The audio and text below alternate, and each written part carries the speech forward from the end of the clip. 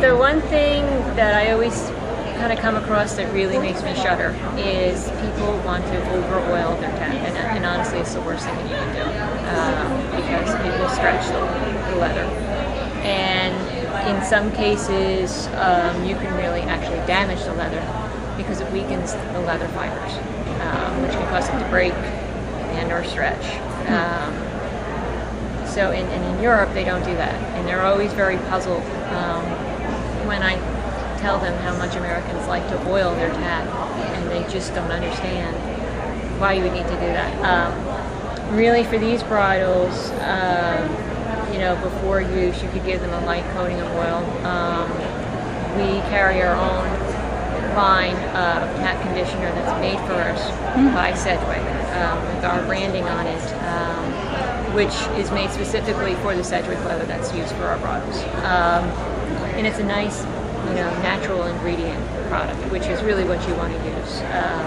With so many different products out there, a lot of them have a lot of harsh chemicals in them. So the milder the better. And then really just use it. The best way to break in a bridle is just use it. I think sometimes people want a bridle to break in instantly. You know, if it doesn't come out of the box and it's floppy soft, then it needs to be broken in. But you also have to realize too that those really floppy soft bridles are going to stretch, because the leather grain is more open, and the more open the grain is, the more it will stretch.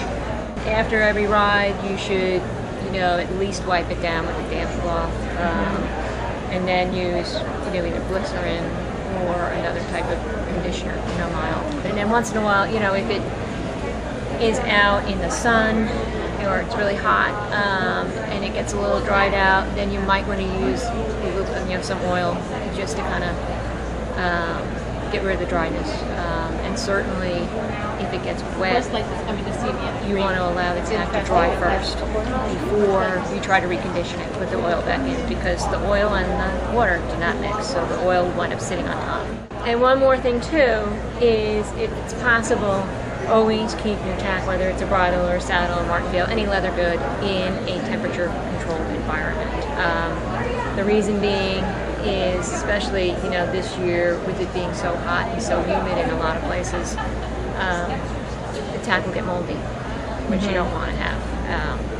And you also don't want to keep your tack near any kind of a heat source, because that will dry out the tack. So you can keep it in some kind of a stable environment, either keep it in your house and then bring it to your barn and then use it and bring it home.